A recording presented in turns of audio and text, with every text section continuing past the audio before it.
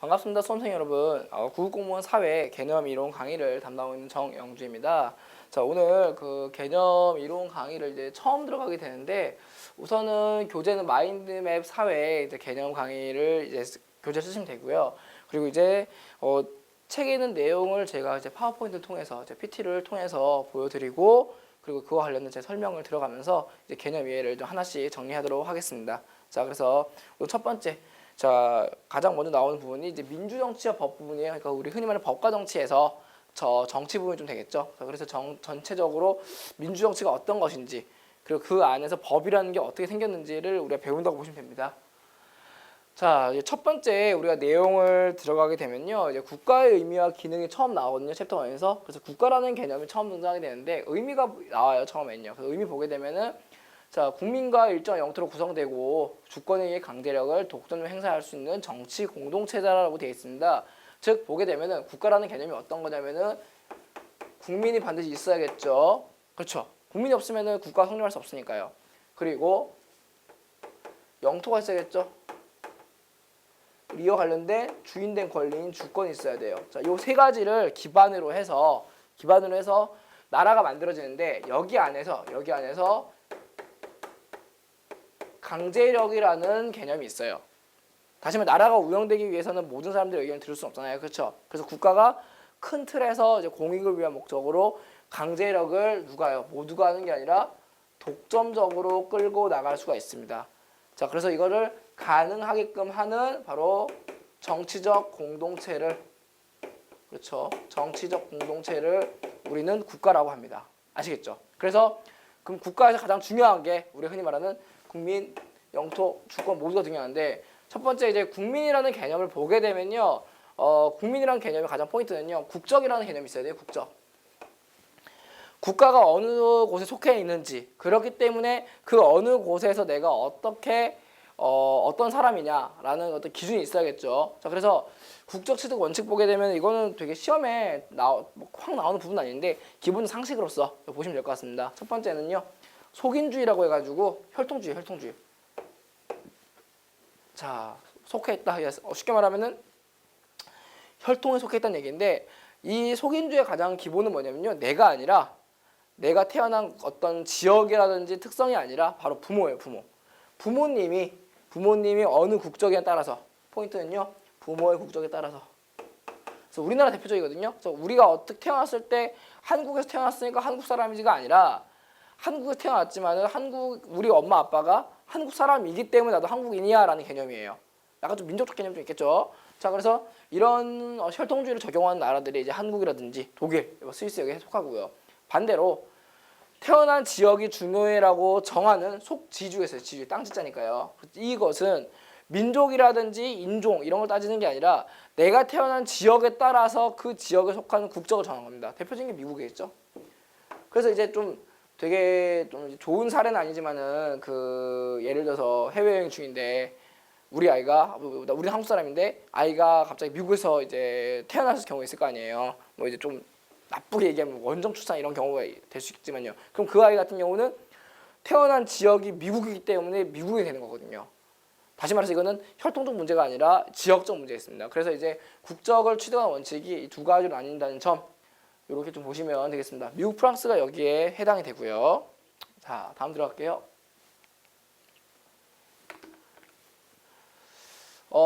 영토라는 개념이 등장하게 돼요. 영토요. 그 영토라는 개념을 보게 되면은 땅인데, 영토 구성 요소를 우선 보게 되면 육지에서 우리는 한반도하고 부속 도서를 모두 포함합니다. 이게 우리 부속 도서랑 섬이잖아요. 그래서 이제 영토라는 개념은 이제 땅이 있고요. 그 다음에 바다가 있겠죠. 바다. 영해라고 하죠. 그죠? 그 다음에 하늘도 포함됩니다. 이거 고등학교 1학년 때 보통 많이 나왔던 내용인데 어렵지 않습니다. 그래서 보게 되면은 여기서 뭐 굳이 얘기한다면은 그냥 읽으시면 돼요. 별다른 건 없는데, 영해라는 부분은 좀 비중이 좀 높죠. 예. 영해가 바다긴 한데, 왜 그러냐면은 이제 몇 헬이냐? 헬이라는 개념이 등장하잖아요. 이제 거리를 잴 때. 그래서 기본적으로는 이제 12헬이라는 기본 개념이 있고요. 그리고 이제 우리와 일본이 가장 좀 접하기 쉬운 곳이 대한해협인데 여기는 3헬이라는 점. 그래서 12헬이는 기본적으로 국제법으로 지정이 되어 있어요. 그래서 이건 어느 나라도 마찬가지예요. 하지만 3L은 이것도 국제적으로 정해진 건데 부득이한 경우에 정한 겁니다. 알겠죠? 그래서 이제 여기를 알 수 있는 부분이 뭐냐면은 영토라는 개념이 자, 영토는 주권이 미치는 어떠한 물리적인 범위라고 보시면 됩니다. 주권이 미치는 물리적인 범위예요. 자, 그리고 이제 영공, 이제 하늘인데 이 하늘은 땅과 바다의 범위를 합한 것에서 이제 하늘로 올라가면 되는 겁니다. 그래서 크게 어려운 부분은 아니에요. 자, 그래서 요 정도 아시면 될 것 같고요. 그리고 추가적으로 우리가 이제 영토에 대해서 좀 기본적으로 좀 아시면 좀 좋은 부분이 이제 영해에서 이제 배타적 경제 수역을 좀 알면 편하겠죠. 그래서 이제 기본적으로 우리가 영해라는 개념은 12L이 이내기 때문에 여기를 침범하게 되면은 이거는 예, 약간 좀 전쟁을 선포하는 거 똑같은 이제 막말로 그렇게 얘기할 수 있거든요. 하지만 이제 배타적 경제 수역은 200헬이에요. 그래서 나라가 이렇게 있을 때 죄송해요 대충 그래서 보통 12L이면은 대충 여기까지만 잡을게요. 여기가 12L이 좀 잡고요. 여기까지는 이제 들어오게 되면 난리 나는 거죠, 그죠? 타국의 선박이 들어오게 되면 난리 나는 겁니다. 하지만 200헬이는 한 요 정도 돼요. 그러면은 요 부분은 이제 그 여기 주변에 인접한 국가들을 중심으로 해서 경제 수역이니까 돈을 벌기 위한 바다잖아요. 그러니까 이제 어업이 가능하거든요. 그래서 여기는 주권이라는 개념이 좀 강하고요. 영해는요. 배타적 경제 수역은 경제적 주권이라는 개념이 좀 강해요. 요렇게 좀 이해하시면 될 것 같아요. 아시겠죠? 자, 그래서 영토, 영해, 영공에 대해서 제 설명을 좀 드렸습니다. 자, 이제 주권인데요. 자, 주권 보게 되면은 우선 공무원 시험에서 이 부분을 만약에 문제를 내면요. 그나마 좀 빈도가 있는 게 이 주권 부분인 것 같아요. 기출문제 풀어보면요. 어떤 내용이냐면요. 다른 건 둘째치고 주권의 특성은 딱 두 가지거든요. 하나는 말 그대로 주권이 주인된 권리로서 판단을 해야 되는 부분이잖아요. 자, 그러다 보니까 국내에서는요. 대내적 안에서는요. 최고의 성격을 띠고 있다는 점. 이게 포인트고요.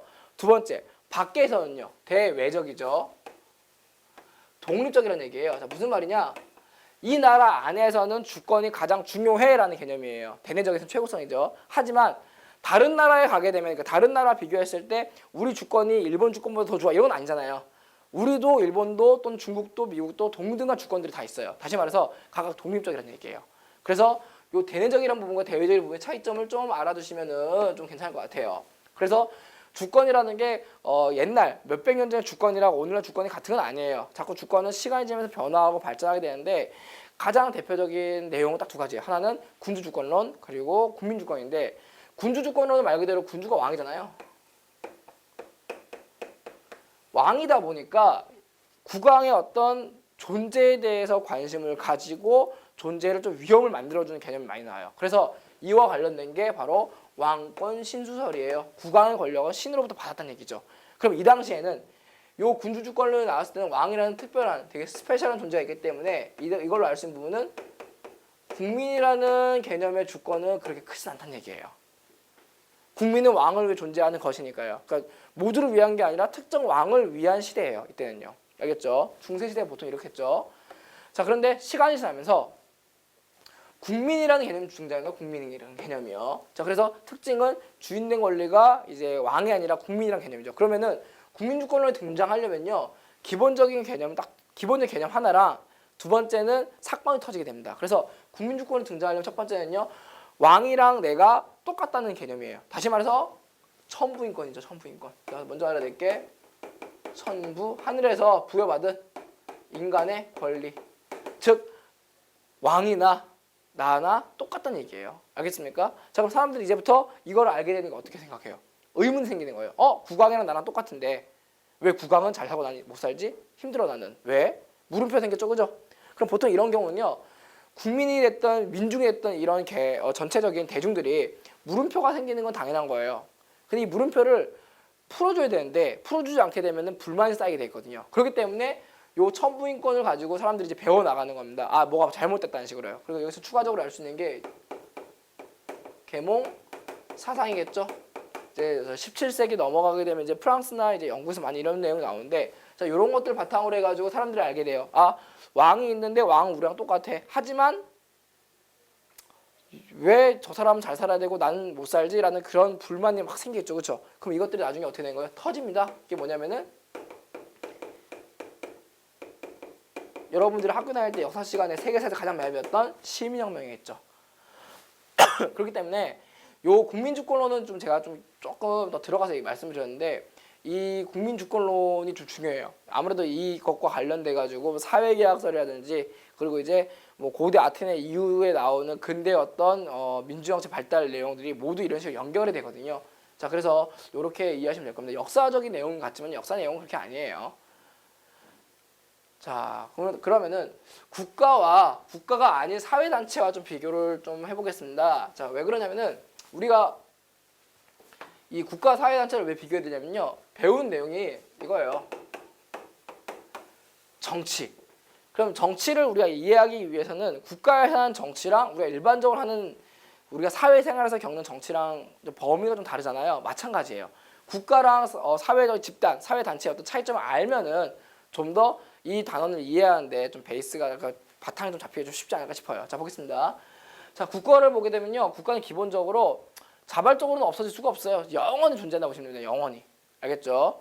자, 그러다 보니 아무래도 이제 국가 내부에서 해야 될 어떤 기능들이 어마어마하게 많겠죠. 그래서 굉장히 광범위하고 포괄적인 기능을 수행한다는 점을 기억하시면 되고요. 그리고 우리나라를 예를 들면 우리나라는 태어나자마자 딱 가입이 됐잖아요. 이 나라에. 그렇죠? 그러면 국적을 포기하지 않는 이상은 계속 한국 사람이에요. 그렇죠? 그래서 국적 포기만 가능하고요. 그리고 국가이기 때문에 전체를 통솔을 하는 입장이다 보니까 독점적이에요. 강제력이 또 합법적이고요. 그리고 여러분들이 예를 들면 남학생들이 남자분들이 군대 갈 때 이제 필요하죠. 근데 이제 군대를 다 좋아서 야, 신난다 가진 않잖아요. 그렇죠? 몇몇 사람들은 진짜 가기 싫은데 가는 경우도 있고, 그죠? 다시 말해서 이런 부분들이 좀 독점적이고 이제 어떤 국가의 어떤 권력이든 정당한 권력이죠. 이런 걸 통해서 독점적으로 행사된다는 점, 이렇게 이해하시면 되고요. 반면에 사회 집단은요, 우리가 필요에 의해서 만드는 단체예요. 그렇기 때문에 목적이 완성이 되거나 목적에서 실패하게 되면요, 자연스럽게 없어지거나 이제 해산을 합니다. 알겠죠? 그렇기 때문에 이건 영원하진 않아요. 그래서 사회 집단은 가장 다른 점이 국가는 영원하다는 점, 그리고 사회 집단은 영원하지 못하다는 점, 이렇게 좀 이해하시면 되겠습니다. 두 번째, 사회 집단은요, 자기들이 목적이 있어요. 그 사회 집단 내의 목적이기 때문에 그 목적을 위해서만 일을 합니다. 그럼 다시 말해서 기능이 포괄적이진 않아요. 좀 한정된 기능이죠. 자, 그러다 보니 가입하고 탈퇴와 관련해서도 여기에 해당한 사람들만 또는 여기에서 자기 생각에 맞는 사람들만 움직이게 돼 있어요. 즉 모두가 아니라 한정된 임의의 사람들이 가입 탈퇴 가능하겠죠. 그리고 이제 이 안에서 어떤 자발성이라는 개념도 있다 보니까 강제로 하기가 좀 쉽지 않아요. 물론 강제된 부분이 없는 건 아닌데 국가에 비하면은 강제되는 부분이 좀 독점적으로 행동된 부분이 좀 어느 한계가 좀 있겠죠. 그렇죠. 자, 그리고 국가기원설인데 국가기원설은요, 기출문제를 보면요, 국가기원설의 시험 문제 잘 안 나와요. 안 나오는데 어떤 국가기원설을 대놓고 나오는 문제는 없지만요, 그 국가기원설을 설명하는 과정에서 보조수단이 나옵니다. 그래서 요건 좀 이해하실 때요, 직접적으로 출제는 안 돼요. 하지만 보조수단으로서는 출제할 수가 있다는 점. 그러니까 어떤 문제를 설명하는데 그 문제의 보기를 보면은 갑자기 뭐 사회계약서라든지 가족설이라든지 이런 것도 나온다는 얘기거든요. 이렇게 이해하시면 됩니다. 그래서 이제 크게 신해설, 그 다음에 이제 정복설, 그 다음에 토지지배권설, 가족설, 착취계약설인데 여기서 좀 먼저 좀 팁을 드리면은 신해설은 안 나와요. 안 나오는 게 신해설이 나오면 답은 될 수가 없어요. 왜 그러냐면 문제 자체가 지금 우리가 배운 내용이 민주사회거든요. 민주정치와 법이고 국가가 입에 나왔는데 신해설 자체가 신에 의해서 만들어진 거니까 왕권 신수설이잖아요. 그러면은 우리가 보통 요 단원들, 우리가 민주정치라는 개념을 배우려면요, 요 단원이, 그러니까 요 배우는 내용이 나오는 부분이 시대적으로는 고대가 나오고요. 고대 아테네 때. 그리고 중세가 나와야 되는데 중세는 안 나와요. 중세는 절대왕정 시대에도 겹쳐있다 보니까 잘 안 나오고 근대로 가요. 근대로 가고 그 다음에 현대로 가거든요. 다시 말해서 요 사이의 내용은 요 민주정치 해당이 안 돼요. 근데 왕권 신수설이 나왔잖아요. 신의 뜻이니까요. 요 때가 이제 중세 시대 이후부터 해가지고 근대 시민혁명 전까지예요. 그래서 이제 신해설이 보기에 나왔을 때는요, 답이 아닐 확률이 굉장히 높다는 점을 좀 팁으로서 인지하시면 되지 않을까 싶어요. 그리고 이제 뭐 실력설, 재산설은요 나오죠. 많이 보도수도 나올만 하죠. 아무래도 실력설은 싸워서 이기는 어떤 정복설이니까요. 왜 그러냐면은 이제 당시 이제 실력설을 대놓고 얘기한 사람이 우리 대표적으로 이제 그 홉스를 우리가 얘기할 때 홉스가 이제 사회 계약설을 얘기하지만은 그 기반에서 홉스라는 사람이 얘기한 거는 적자 생존이거든요. 혼란기, 그죠?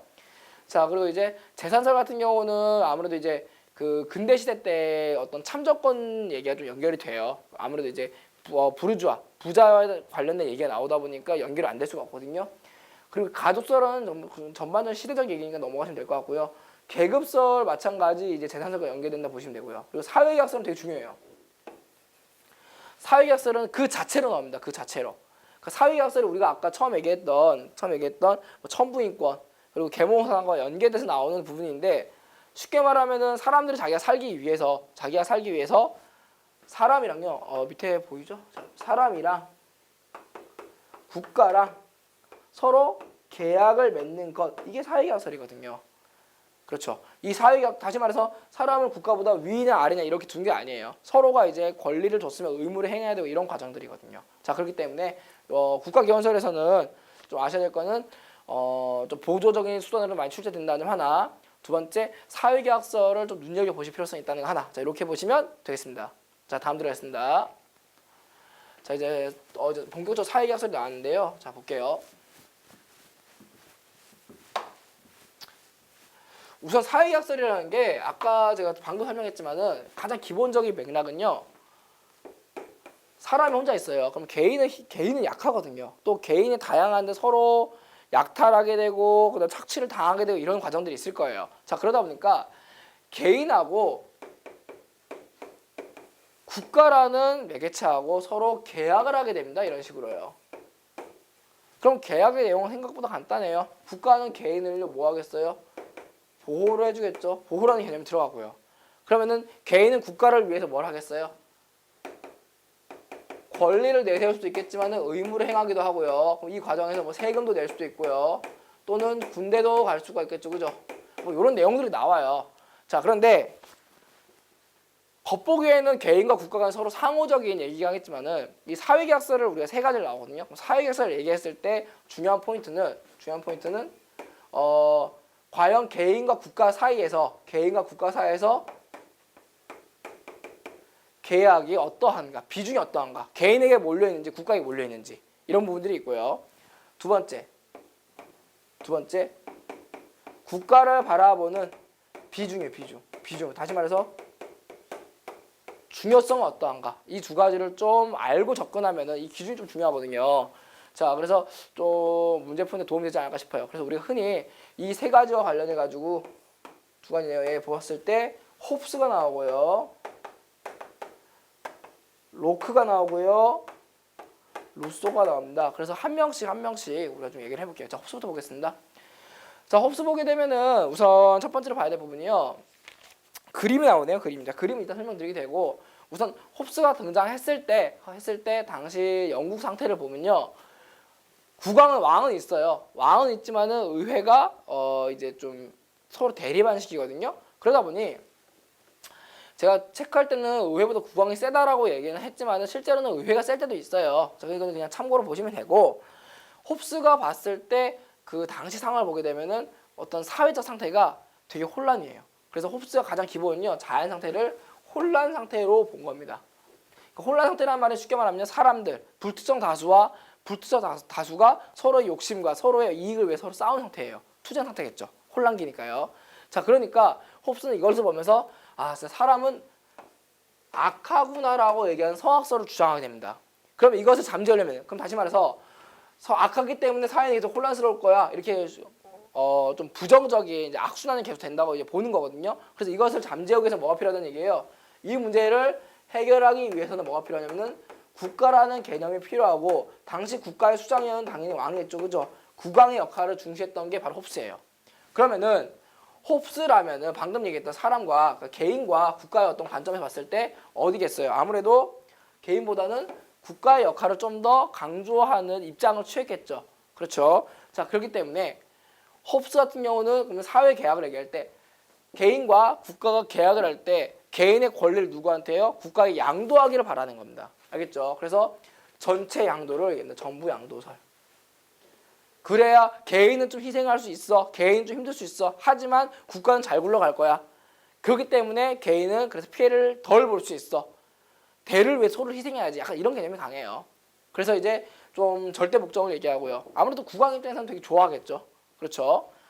자, 특징은요. 강력한 국가를 주장을 합니다. 그래서 알 수 있는 이제 대표적인 저서가 이제 리바이어던인데요. 자, 리바이어던 내용 보기는 이 그림이에요. 앞에 보면 국왕 보이죠? 국왕이 있는데 국왕이 이제 나라를 지배를 해요. 지배하는데 기준이 뭐냐면은 이제 오른쪽에는 칼을 들고 있어요. 쉽게 말하면 이게 국가 권력이죠. 그렇죠? 두 번째는 이제 왼쪽에 보게 되면 이제 지팡이 갖고 있죠. 그죠? 종교적 권력입니다. 그래서 이걸 통해서 국왕의 어떤 절대적 권한을 얘기합니다. 자, 그렇죠?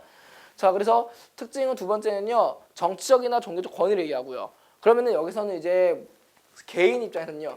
개인은 국가에게 어떻게 되느냐 권리를 모두 넘겨주기 때문에 저항할 수가 없겠죠. 그래서 여기서 우리가 권리를 양도했기 때문에 저항을 할 수가 없다. 이 부분이에요. 전형적인 절대 왕정 전제군주 되겠죠, 그죠? 그래서 사회계약서에 사실은 이제 시민혁명에 영향을 주긴 하는데 유일하게 시민혁명에 영향을 안 주는 게 이거예요. 그래서 이거는 시민들이 자각을 하고 들고 일어나자라는 시민혁명과는 관계가 없다는 점을 이제 생각하시면 될 겁니다. 자, 그리고 뭐 추가적인 얘기인데요. 원래 이 얘기가 처음 나왔을 때 국왕은 되게 좋아하죠. 왜냐면 국왕이 어떤 권위를 세워주니까요. 그런데 이제 일설에 의하면은 홉스는 나중에 이 방식에 대해서 약간 그 국왕들에 대해서 회의를 가지게 돼요. 왜 그러냐면은 국왕이 봤을 때는 사회계약서를 통해서 국왕 힘을 실어주는 개념인데 국왕들은 나중에 어떤 얘기를 하냐면은 내가 잘나서 그래 왕권 신수를 얘기하거든요. 그러다 보니 홉스가 이제 왕권 신수는 좀 별개로 그렇게 좋아하진 않아요. 자, 그래서 뭐 이건 좀 뒷얘기로 그냥 아시면 될 것 같고요. 자, 그다음 로크 얘기를 들어갈게요. 자, 로크를 보게 되면요. 영국 입장에서 보게 되면 명예혁명 직후예요. 그러니까 명예혁명이라는 게 명예혁명 가끔 이제 역사적 내용이라 좀 부담스러우신 분이 있는데 쉽게 말하면요. 이것 때문에 영국이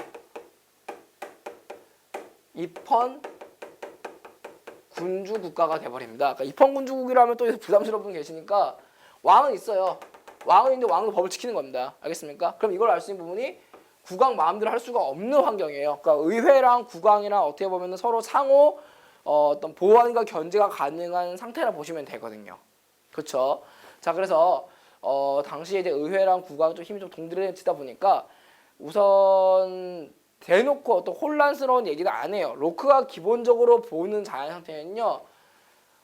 아무것도 아니야라고 합니다. 아무것도 아니다. 잠재적이에요. 숨겨져 있어요. 하지만 언제든 싸울 수가 있어. 투쟁할 수 있습니다. 즉 잠재는 투쟁 상태인데 투쟁의 원인을 보호하니까 바로 네 거 내 거라는 문제가 있는 재산권 보호예요. 재산권 문제입니다. 다시 말해 내 것을 차지하기 위해서. 전형적인 아주 개인적이고 사회재산 문제겠죠. 그죠? 자, 그렇기 때문에 로크는 홉스와 다르게 사람이 평소에는 별 문제가 없는데 재산적인 문제라든지 개인의 이익을 위해서라면 싸울 수 있는 상태야. 그렇기 때문에 투쟁은 잠재적이야. 하지만 이것 때문에 사람을 착하다 악하다라고 보기가 어렵다 얘기합니다. 그래서 즉 선악은 없다라고 얘기하는 게 성부선악이에요.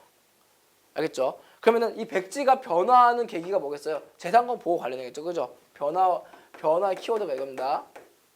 그렇기 때문에 뭐가 필요하다는 얘기예요? 바로 그것 때문에 국가가 필요하다고 이야기를 합니다. 그런데 국가가 필요한 게 홉스와 다르게 모든 걸 국가에게 넘기겠어. 그러니까 내 재산을 보호해줘. 이게 아니에요. 뭐냐면은 일부만 주겠어. 이 일부가 뭐 때문이에요? 내 재산권을 보호하기 위해서 일부만 넘기겠어. 이 얘기입니다. 국가에서 모든 걸 넘긴다는 건 아니에요. 알겠죠? 자, 그렇기 때문에 이건 되게 중요한 얘기예요. 왜 그러냐면 일부를 넘긴다는 얘기 뭐냐면은 나머지 일부는 내가 무조건 지킬 건데 그것마저 국가가 건드리게 되면 가만히 있지 않겠어라는 뜻이거든요. 즉 어떤 거요? 저항을 하겠다는 뜻이겠죠. 그렇죠. 즉 그렇기 때문에 키포인트는요. 로크 같은 경우 첫 번째 일부 양도설이고요. 두 번째 이를 통해서 나머지를 건들면 저항할 거야 이 얘기입니다. 다시 말해서 내가 국가를 위해서 내 권리를 너한테 줄 건데 국가한테 줄 건데 잘하는지 못하는지 지켜보겠어라는 의미가 좀 상통하겠죠, 그렇죠? 그렇기 때문에 이것은 우리가 이걸 통해 알 수 있는 부분 첫 번째가 국민들이 개입을 할 수밖에 없는 거죠, 그렇죠? 즉 어떤 식으로요? 국민주권, 즉 간접 민주정치가 될 거고요, 그렇죠? 세 번째는 이게 나중에 이런 방식들이 나중에 시민혁명에 영향을 끼친다는 점, 그렇죠? 자 이렇게 이해하시면 되겠습니다. 그래서 로크 같은 경우는요 빈도수 굉장히 높아요.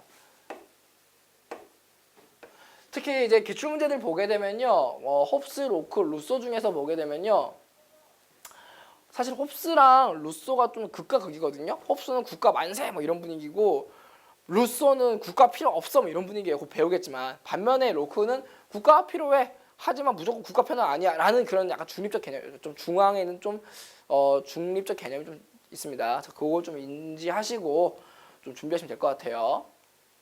자, 루소 볼까요? 자, 루소. 우리가 홉스하고 로크를 볼 때 배경 상태를 거의 영국을 많이 봤어요. 그런데 이제 루소는 프랑스 얘기예요. 프랑스 얘기하면 좀 이제 좀 격하겠죠 내용이. 자, 루소가 당시 봤던 사회는 어떤 상태냐면요, 프랑스 혁명을 거쳤던 시기예요. 그럼 다시 말해서 프랑스 혁명의 가장 키포인트는 국왕의 시대가 끝나요. 예, 국왕의 시대 끝납니다. 물론 나중에 이제 그 대혁명을 몇 번 거치다 보면은 변화가 더 생겼지만요. 기본적으로 진짜 완전 역사책 나오는 대로 말씀드리면 왕의 목을 치잖아요. 그렇죠. 단두대에서. 그렇죠. 이런 과정들을 겪으면서 시민이라는 계층들이 성장을 할 수밖에 없었던 시기예요. 됐죠. 그렇기 때문에 성장의 주체인 시민들이 보는 시민은 뭐겠어요? 문제가 없다고 생각했죠. 그죠? 그럼 기본적인 인간적 본성을요, 사람 모두 착해라는 성선설에서 시작합니다. 루소는요. 성선설이기 때문에 원래 자연 상태는 평화로워. 그러니까 이 안에서 인간들을 뛰어놀면서 크게 무리가 없어. 이거거든요. 하지만 국가가 개입을 하고 왕이 개입을 하면서 이게 힘들어졌어. 우리는 그 혁명을 해야 돼. 이런 분위기죠.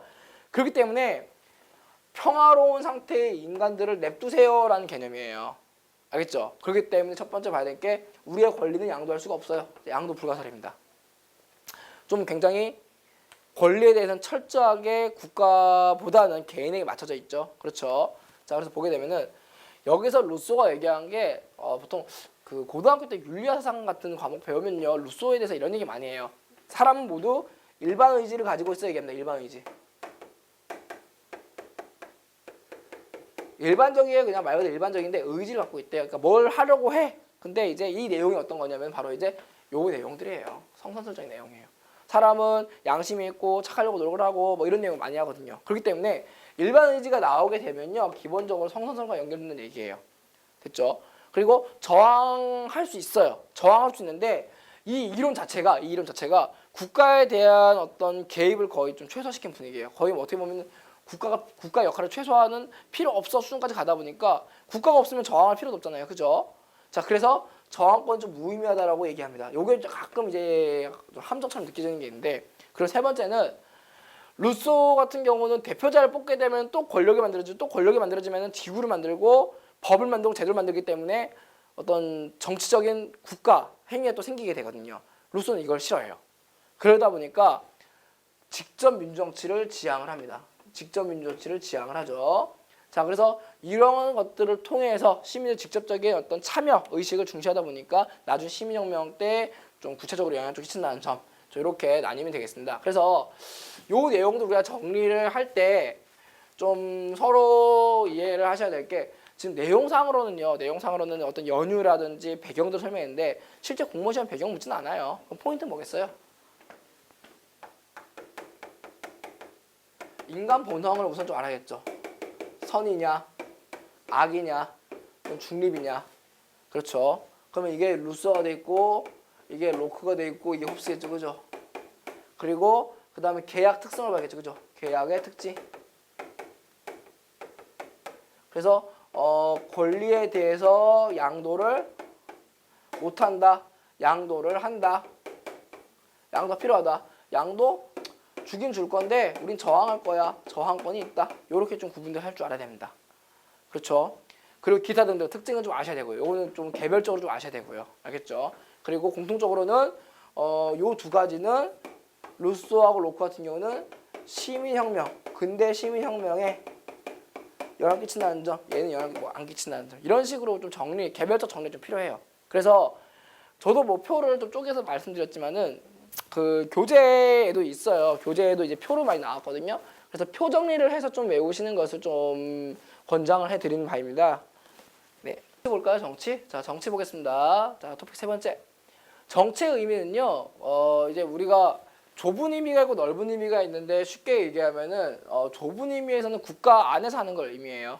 국가 안에서 하는 걸 우리가 정치라고 하고, 그리고 국가를 넘어서는 일상생활까지 영향 끼친다는 게 우리가 넓은 의미로 보시면 됩니다. 그래서 포인트는 얘는 이제 국가라는 개념이 좀 중요할 수밖에 없고요. 그 프레임 자체가요.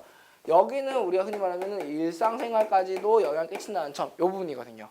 그런데 이건 범위를 의미하는 거고, 관점이란 건 범위를 의미하는 거고, 결과적으로는 정치에 대한 기본적인 개념은 뭐냐면요. 이해관계에 대해서 조정 해결하는 과정을 우리가 정치라고 해요. 그래서 가끔 이제 우스갯소리 아니죠. 진짜 요거 대학생들도 그거 하는데, 이해관계가 뭐냐 물어보게 되면 몇몇 학생들이 진짜 그 이해를 하는 뭐 이런 얘기를 해요. 그거 아닙니다. 사람이 이해를 하고 안 하고 문제가 아니에요. 대립 갈등은요. 사람들이 충돌하고 갈등한 이유는요. 나에게 손해를 끼치기 때문에 충돌할 수밖에 없는 거죠. 그죠? 즉 이해관계란 말 보시게 되면은 나에게 이득이 되는지 손해가 되는지 이런 부분들입니다. 알겠죠? 이거 제가 전에도 그냥 쓱 하고 넘어갔는데 가끔 이제 질문 받다 보면요. 그 이해관계를 이해를 못해서 진짜 질문 들어온 케이스 은근 있습니다. 이게. 자, 그리고 특징은요. 아무래도 이제 포인트가 이미 대립과 갈등 터진 거예요. 이거는 어떤 원인이잖아요. 그러면 원인은 해결하는 과정이죠. 그렇죠? 그러다 보니 성격 자체가 서로 다른 가치관에 대해서 가치 상태를 해결하는 과정이라는 게 중요합니다. 그럼 이 과정에서 내 생각에 다른 사람을 납득을 시켜야 될 거 아니에요. 그럼 포인트는 뭐냐면요. 영향력을 행사할 수 있는 능력이에요. 그래서 정치 권력이라는 말이 좀 내가 바라고자 하는 어떤 정치적인 색깔 또는 생각을 다른 사람을 납득시켜가면서 그것을 이제 영향력을 행사할 수 있는 어떤 권력적 행위를 우리가 의미한다는 점, 그렇게 좀 이해를 하시면 되겠습니다. 그럼 우리가 정치가 무엇인지 정치에서 얘기했으면요. 그럼 그 정치가 어떻게 이루어지는지 정치 과정을 볼 필요성이 있어요. 자, 그럼 보게 되면은 우선은 정치 과정이라는 게 정책을 결정하고 집행하는 과정인데, 우선 정책이라는 말은 이제 공공의 어떤 일을 하기 위한 하나의 어떤 방향을 의미한 건데, 원래 이게요 주로 국가가 많이 했거든요. 그래서 전통적으로는 주로 국가를 주체로 보고 국가 내에서 많이 했었어요. 그러다 보니까 아무래도 좀 위로부터의 어떤 결정이라고 보거든요. 그런데 오늘날에는 사회가 발달이 되고 또 민주주의가 활성화가 되면서요. 국가를 넘어선 다양한 일상적인 사회 내의 단체들이 개입을 할 수 있습니다. 그러다 보니까 사회 내에 속한 사람들이 무조건 위에 있는 건 아니잖아요. 그죠? 아래로부터의 요구사항에 의해서 변화되기 때문에 이것을 우리가 아래로부터의 정치 과정이라고 해요. 아시겠죠? 자, 그러면은 정책 결정자 마찬가지예요. 정책 결정하는 어떤 주체도, 자, 주체 마찬가지. 과거 또는 공식적으로는 입법부, 행정부, 사법부 같은 국가 기관이 중심적이었거든요. 그렇죠? 하지만 비공식적, 우리가 이제 사회가 발달하면서 현대 정치 과정을 가면서 비공식적인 어떤 정책 결정자 등장이 되는데, 시민이나 정당이나 또는 이익집단 또는 압력단체라고 그러죠. 또 시민단체, 언론 이런 것 같은 국가기관이 아닌 다른 사회단체들이 여기에 드디어 개입이 가능하다는 점입니다. 정책 결정에서는요. 자,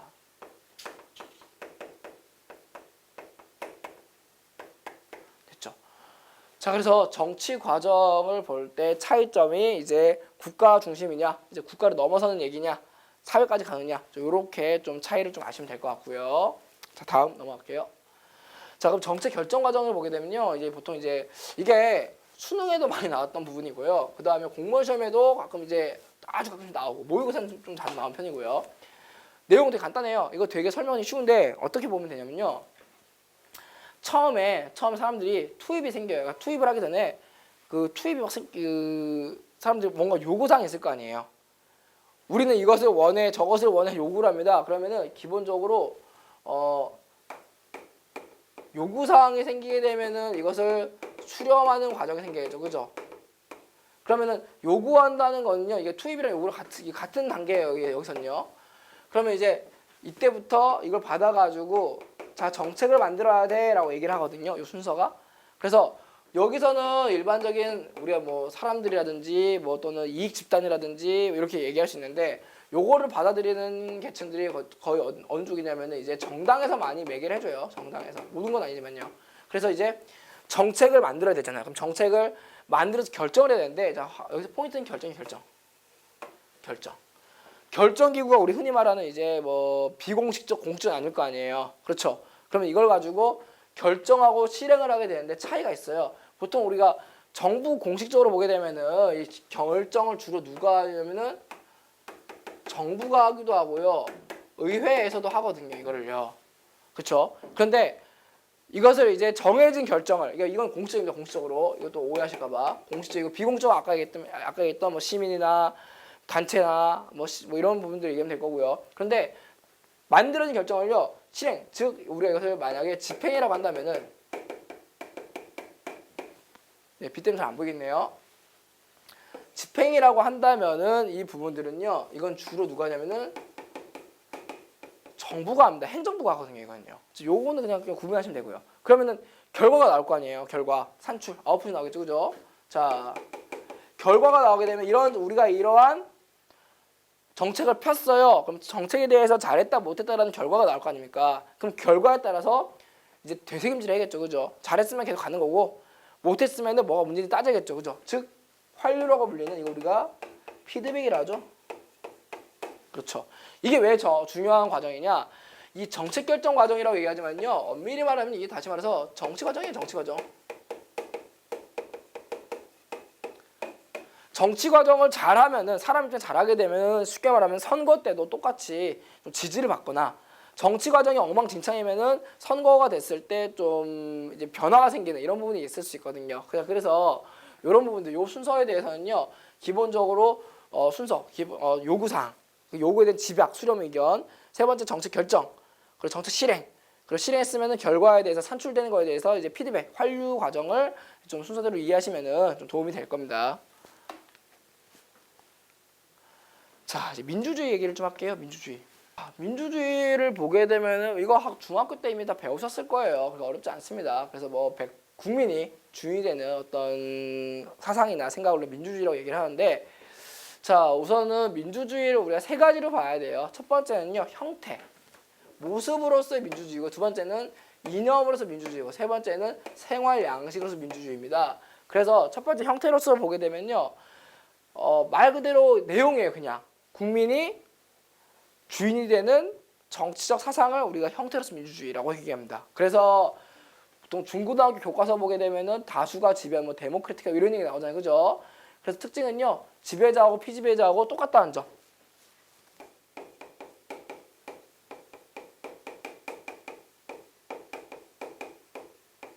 그래서 좀 다른 교재로 얘기하면은 이제 치자와 통치하는 자와 피치자, 통치를 이제 받는 자가 똑같다는 얘기거든요. 이 정도 좀 이해하시면 될 것 같고요. 그 다음에 민주주의 기본적 이념은요, 딱 정해져 있습니다. 기본적 목적은요, 인간의 존엄성이에요. 그리고 그 존엄성을 지키기 위해서 바탕에 될 수 있는 항목들이 뭐냐면요, 자유와 평등이에요. 그래서 이념으로서 민주주의는요, 인간의 존엄성을 바탕으로 해서 이것을 지키기 위한 자유와 평등. 좀 적어드릴게요, 이건요.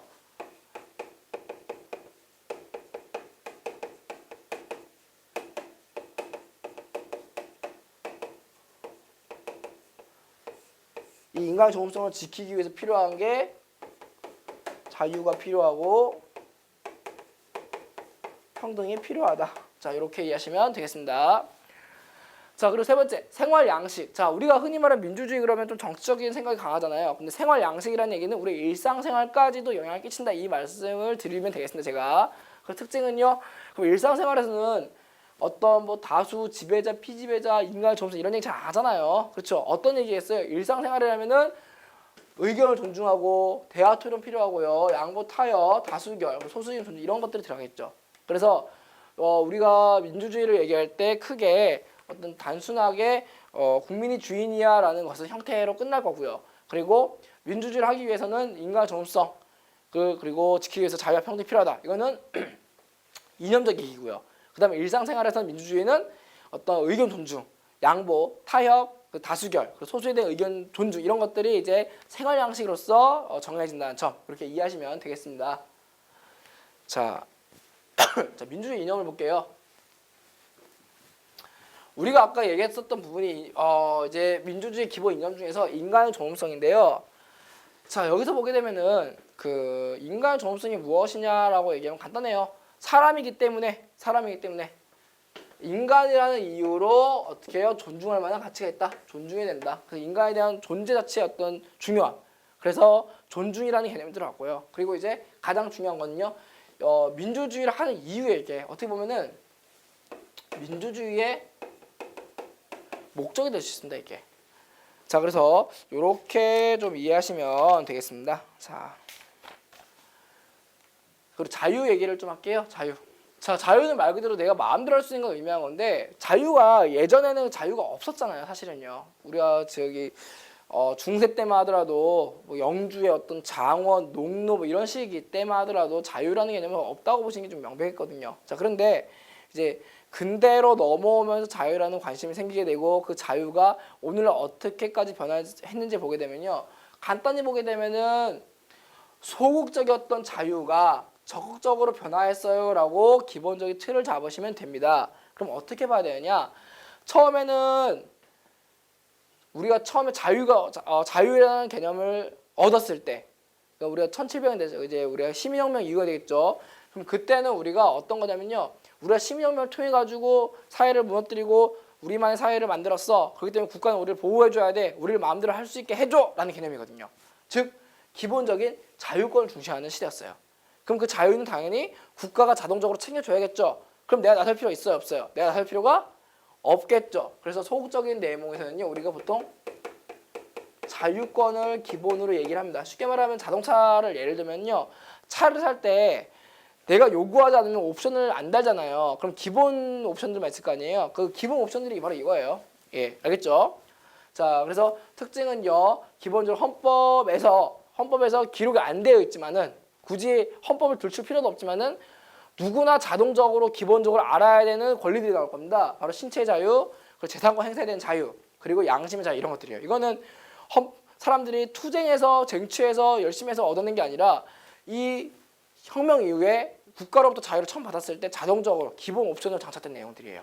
자 그런데 시간이 지나면 사람들이 문제가 있다 생각하는 거예요. 이것만 가지고 안 되는 거예요. 왜 그러냐면은 우리가 요 시기를 봤을 때요, 우리가 자유를 얻게 된 과정들을 보게 되면 이때가 어떤 시대냐? 바로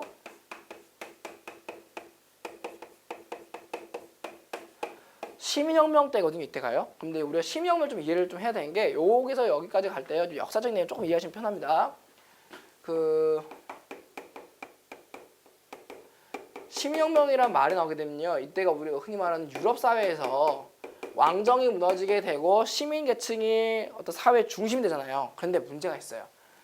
요게 끝나게 되면은 모든 사람들이 똑같이 평등해야 되는데 그게 아니라 이 시민이라는 게 대체 누구냐면요. 시민의 당시에는 이제 좀 간지나는 말로는 이제 부르주아라고 하죠. 부르주아.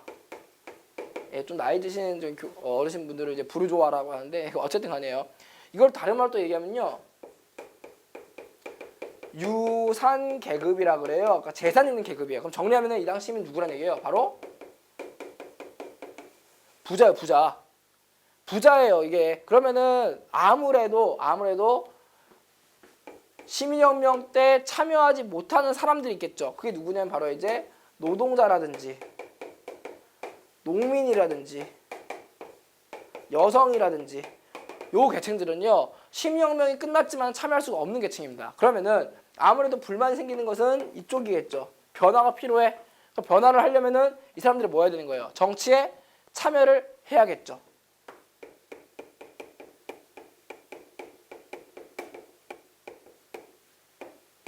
그럼 정치에 참여한다는 말이 뭐겠어요? 바로 참정권이죠. 투표권. 그렇죠? 그럼 이거는 국가가 짠 만들어지면서 자동적으로 주어진 게 아니라 사람들이 노력하고 투쟁하고 그렇게 해서 쟁취한 거잖아요. 그렇죠? 그렇기 때문에 내가 적극적으로 나서는 거야 라고 얘기한 겁니다. 알겠죠? 여기가 뭐 적극적이에요.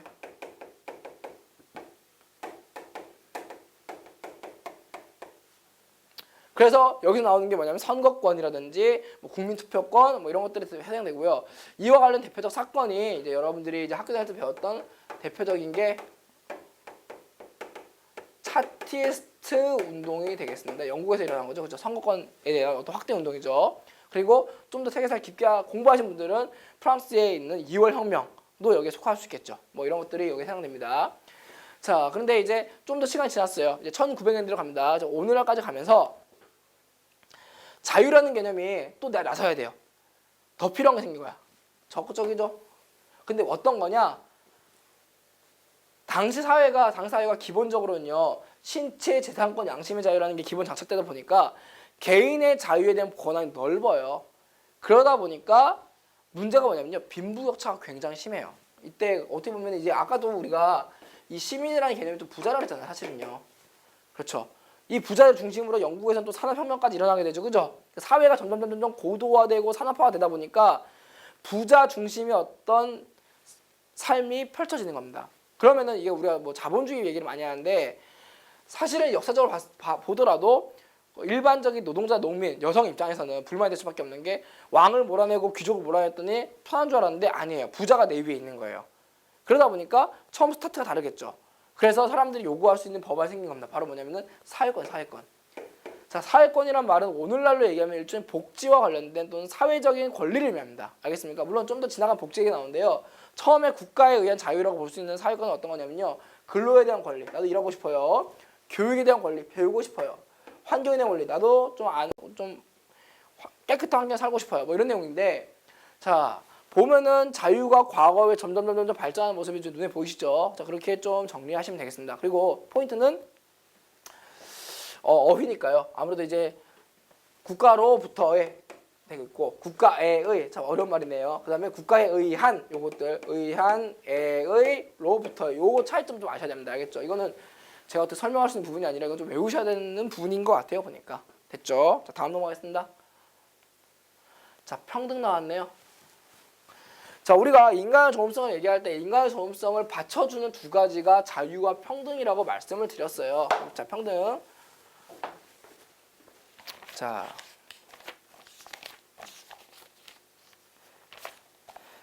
평등을 보게 되면요. 우선은 기회가 균등하다는 것이 좀 시작점이에요. 균등한 기회. 자, 여기서 나오는 건데 그래서 능력 있다는 대우예요. 이거 조심해야 됩니다. 기회가 균등하다는 거지. 이건 뭐예요? 능력 있다는 대우는 결과잖아요. 결과가 균등한 건 아니에요. 알겠습니까?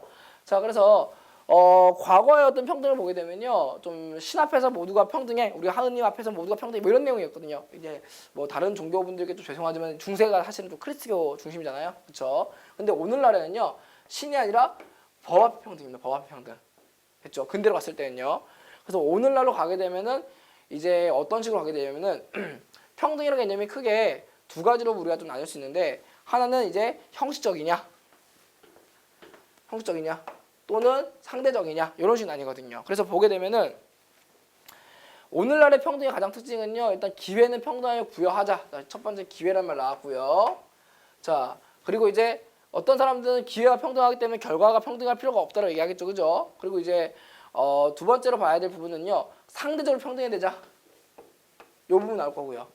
그리고 이와 관련된 내용들이 이제 형식적이냐 비례적이냐 이렇게 나눠가지고 평등에 대한 개념을요. 어떤 틀에 갖춰진 평등이 아니라 상황에 따라서 평등에 대한 개념을 달리 생각할 수 있게 된 계기가 되는 겁니다. 그래서 보통 우리가 중고등학교 때는요. 평등을 얘기할 때는 기본적으로 절대평등이냐 모두 똑같이 해야 되는 절대평등이냐 그러다가 아니야 사람들의 어떤 후천적인 활동에 따라서 달라질 수 있어 해가지고 또 상대평등이냐 뭐 이런 식으로 얘기를 합니다. 자, 그래서 평등이라는 개념을 우리가 알 때는 기본적 뜻 뭐 이거는 당연히 아실 거니까 별다른 거 없고요. 그 다음에 이제 시대별로 평등에 대한 개념이 신에서 법으로 그리고 법에서 이제 상황에 따라 뭐 기회, 상대적, 형식적, 뭐 절대적 이런 식으로 나뉜다는 점, 네, 이런 식으로 좀 이제 다양하게 나뉜다는 점을 좀 기억하시면 되겠습니다. 자, 그래서 오늘 1강을 이제 민주주의의 원리와 유형에서 토픽 그 6번까지 이제 완료가 되었습니다. 그래서 다음 시간에는요. 그 민주정치의 원리를 좀 들어갈 거고요. 민주정치의 원리가 완성이 되면은 이제 고대부터 해서 이제 근대 현대까지의 어떤 정치가 어떻게 변화되는지 이런 단원으로 넘어가도록 하겠습니다. 자, 1강 수업 듣는 대장님 고생 많으셨습니다. 감사합니다.